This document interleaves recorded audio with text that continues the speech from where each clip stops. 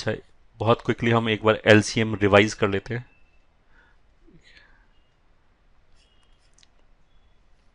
जो लोग कुछ भूल गए होंगे, अगर हमें एलसीएम निकाला दो नंबर का, माने दो नंबर है ए और बी, उन दोनों का एलसीएम निकाला सी, तो लीस्ट कॉमन मल्टीपल ऐसे बोलते हैं।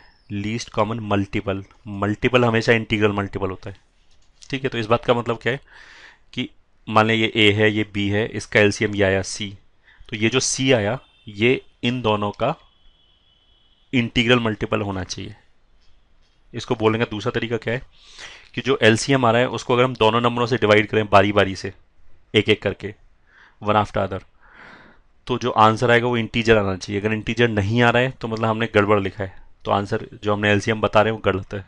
ठीक है, जैसे अगर मैं बोलूं कि दो और तीन का एलसीएम कितना होगा, तो आंसर विल बी सिक्स। अब छः को डिवाइड करो दो से, तो इंटीजर आ गया, हाँ। छः को डिवाइड किया तीन से, तो भी इंटीजर आ गया, हाँ। उसका मतलब क्या है कि ये सही बोला है। एलसीएम कितना है, छः। छः वो लीस्ट नंबर है जिसको दो और तीन से डिवाइड करोगे तो इंटीजर आ जाएगा, लीस्ट नंबर है। ऐसे तो बारह भी है, बारह को भी अगर दो और तीन से डिवाइड करोगे तो इंटीजर आ जाएगा, बट वो लीस्ट नहीं है। ठीक है, okay. LCM of two numbers, two numbers will be integral multiple of each number. मतलब दोनों नंबर से अगर डिवाइड करोगे तो इंटीजर आना चाहिए। इस बात को ध्यान रखोगे तो कभी गलती नहीं होगा। ठीक है, ओके। अच्छा, अगर मैं ये पूछूं कि दो और से आठ का एलसीएम क्या है, ये ठीक है। For example LCM of two and eight, तो आ जाएगा एट। अगर मैं पूछूं कि एलसीएम ऑफ बारह एंड फोर्टीन कितना है, तो आंसर आ जाएगा,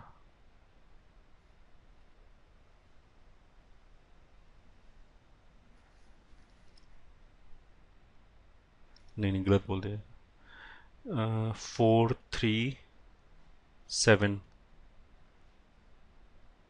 84 आएगा, हाँ। ये नहीं आएगा, सॉरी, ये नहीं आएगा, 84 है। 84 कैसे निकाला, ऐसे निकाला, बारह कितना होता है, टू इंटू थ्री, और 14 कितना हो जाएगा, टू इंटू सेवन। तो सेवन ले लिया, थ्री ले लिया, और दो बार दो ले लिया, तो आगे। अब इसको इस 12 से डिवाइड करो, 14 से डिवाइड करो, इंटीजर ही आएगा। ठीक है, चलो और एग्जांपल ले लिया। एलसीएम ऑफ, अगर मैं बोलूँ से एट एंड 12, तो वो कितना आएगा, एट कितना होता है, टू क्यूब, 12 कितना होता है, वही टू स्क्वायर इंटू थ्री, तो टू क्यूब इंटू थ्री आ जाएगा, मतलब 24 आ जाएगा। ये भी सही। अगर मैं बोलूँ LCM of one and root two, तो जब मैं क्लास में पूछता हूँ बहुत सारे बच्चे चिल्लाएंगे रूट टू, तो वो तो गलत है आंसर। अगर इसका आंसर रूट टू है तो रूट टू को दोनों से डिवाइड करो, इंटीजर ही आना चाहिए, बट ऐसा तो नहीं। रूट टू अगर इसका आंसर है तो रूट टू को अगर मैं रूट टू से डिवाइड करूँ तब तो आंसर वन आ गया, वो तो इंटीजर है। बट अगर मैं रूट टू को वन से डिवाइड करूँ तब तो आंसर रूट टू आया, वो तो इंटीजर नहीं है, तो उसका रूट टू तो आंसर ही नहीं।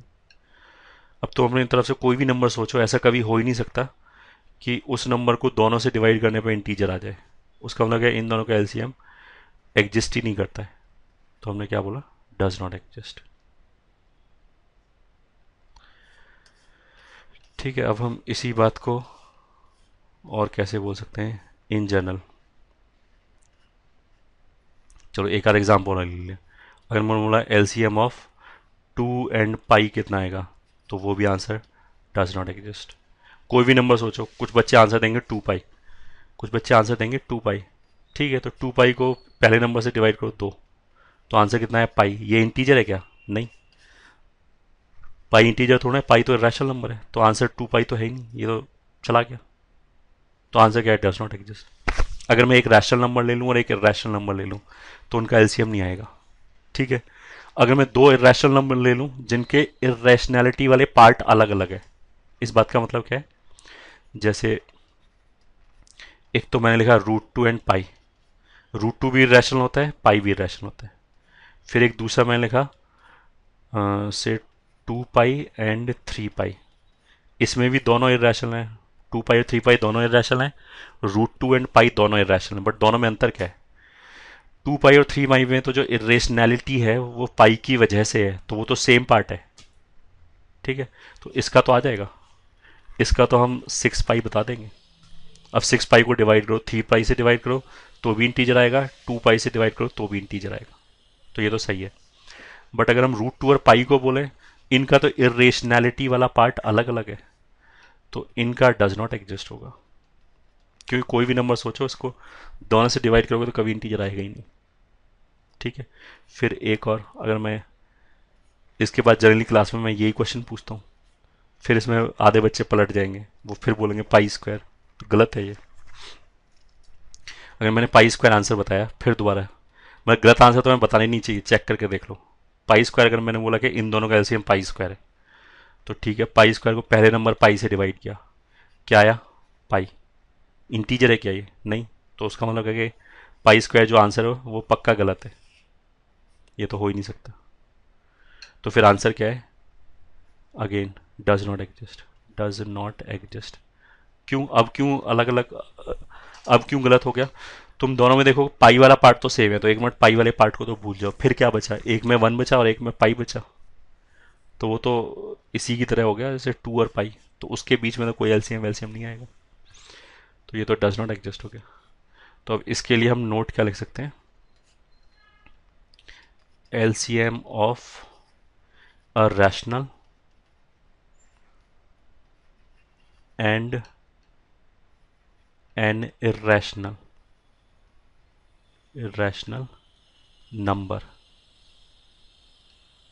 LCM of a rational and irrational number does not exist, or LCM of two irrational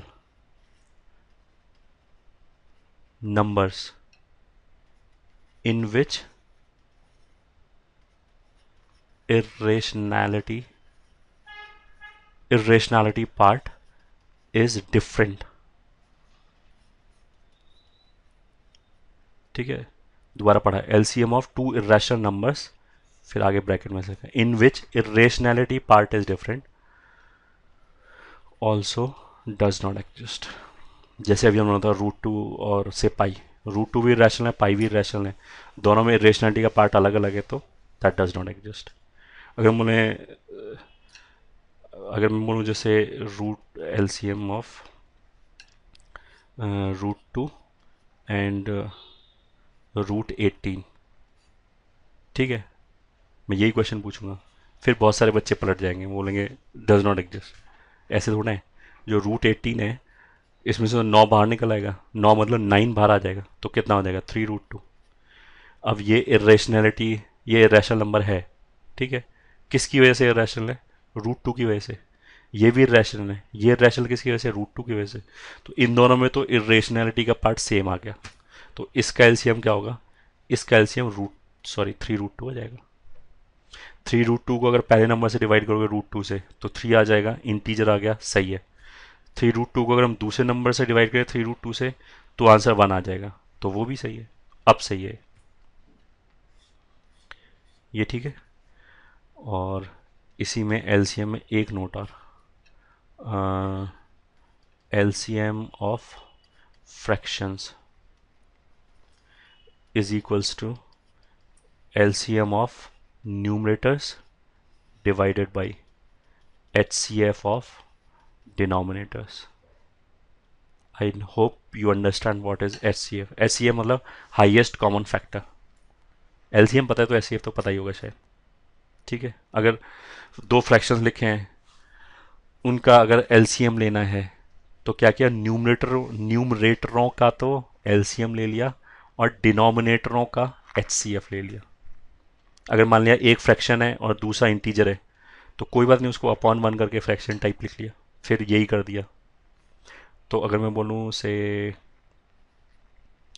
3/14 and 5/6 मान लिया ये, तो ये क्या बोलेगा कि LCM of numerators 3 and 5 divided by HCF of highest common factor of 14 and 6। तो आंसर क्या आ जाएगा? आंसर क्या आ जाएगा? 3 और 5 का एलसीएम कितना हो जाएगा? 15, और 14 और 6, this is 2 into 3, this is 2 into 7, तो कॉमन क्या है? 2, तो 15/2 आया, यही आंसर होगा। ठीक है, देख लो, न्यूमरेटर का एलसीएम, डिनोमिनेटर का HCF, क्या चीज कॉमन है दोनों में? और ले लो भाई ऐसे, LCM ऑफ से मान लिया 7/75 और दूसरा ले लिया मान लिया 8, तो इसको हम ऐसे ले सकते हैं LCM ऑफ 7/75 8/1, तो दिस इज इक्वल्स टू, जो न्यूमरेटर में 7 और 8 है उनका तो LCM वो तो हो गया 56, डिवाइडेड बाई डिनोमिनेटर में जो है 75 एंड 1, 75 और 1 का HCF वो कितना हो जाएगा? 1, तो आंसर कितना हो गया इस वाले केस में? 56, ये LCM होगा, ये आंसर होगा। ठीक है, तो अब क्वेश्चन पूछ लिया, पीरियड ऑफ से first part sin x plus fractional part of x। sin x का पीरियड कितना होता है? 2 पाई, अब तक तो रट जाना चाहिए। फ्रैक्शनल पार्ट ऑफ x का पीरियड कितना होता है? 1। इन दोनों का LCM क्या होता है? LCM होता है does not exist, sorry, does not exist. अगर डज नॉट एग्जिस्ट है तो ये क्या हो गया? नॉन पीरियोडिक, नॉन पीरियोडिक, सही है। नॉन पीरियोडिक को हम ऐसे ही लिखते हैं अपीरियोडिक, अपीरियोडिक का मतलब भी नॉन पीरियोडिक होता है। अच्छा, दिस इज वेरी इंटरेस्टिंग, अगर मैं ऐसे लिखूँ ना, fx इज ए पीरियोडिक, ये शायद मैंने पहले ही बोला है, fx is a periodic function, ठीक है। और एक बार मैं ऐसे लिखूँ fx इज ए और पीरियोडिक को मिला के लिखूँ अब पीरियोडिक फंक्शन, तो दोनों का मतलब जस्ट अपोजिट हो गया। इसका तो मतलब हो गया कि पीरियोडिक है, इसका मतलब क्या है कि पीरियोडिक नहीं है। ए अगर मिला के लिख दिया ना अपीरियोडिक, ठीक है, जस्ट ऐसी ऑन द लाइटर नोट, तो यू शुड नो किस चीज़ की बात चल रही है। हाँ, तो हमारा फर्स्ट एग्जांपल क्या था कि अगर sin x है और फ्रैक्शनल पार्ट ऑफ x है, तो sin x का पीरियड 2 पाई होगा, फ्रैक्शनल पार्ट ऑफ x का पीरियड 1 होगा। ये इरेशनल है, ये रैशनल है, तो रैशनल और इरेशनल का एलसीएम तो एग्जिस्ट नहीं करेगा, एग्जिस्ट नहीं किया तो ये भी फंक्शन पीरियोडिक नहीं होगा। ठीक है, पहला। दूसरा, मान लिया हमने लिखा sign 3x plus cos x/5, मान लिया ऐसे लिखा, तो इसका पीरियड क्या हो जाएगा? साइन x का पीरियड कितना होता है? 2 पाई, बट अगर हमने x की बजाय ax लिख दिया तो ये भी 2 पाई/3 हो जाएगा। t अपॉन मॉड ए बोला था, तो यहाँ पे a का वैल्यू कितना है? 3, तो t कितना हो गया? 2 पाई, साइन x का पीरियड 2 पाई, a का वैल्यू कितना हो गया? 3, तो t को हमने a से डिवाइड कर दिया, तो 2 पाई/3। ऐसे अब इधर आ जाओ, cos x का पीरियड 2 पाई अपॉन a कितना है? a मतलब जो x के साथ लिखा है, x के साथ 5 नहीं लिखा है इसमें, x के साथ 1/5 लिखा है, तो इस बार 1/5 कर दिया, तो ये कितना हो गया? ऊपर जाके 10 पाई। ठीक है, तो अब हमने देख लिया कि LCM ऑफ 2 पाई/3 एंड 10 पाई अपॉन 1 ऐसे लिख लिया, वो कितना होगा? तो न्यूमरेटर में जो 2 पाई और 10 पाई है उसका LCM ले लिया, लीस्ट कॉमन मल्टीपल, तो वो तो 10 पाई आएगा, और डिनोमिनेटर में 3 और 1 का HCF ले लिया, वो 1 आएगा, तो आंसर कितना हो गया? 10 पाई। तो फिर इसका भी पीरियड कितना हो गया? 10 पाई। यूजुअल वे से पीरियड निकालो, जो आंसर आ जाए वो आंसर आ गया। ठीक है, इसमें एक्सेप्शन नहीं आएगा। क्यों नहीं आएगा अभी हम आगे एक्सप्लेन करेंगे कि जहाँ भी एक्सेप्शन आ रहा है वहाँ पे क्यों आ रहा है, फिर चीज़ें will become bit more clear I think.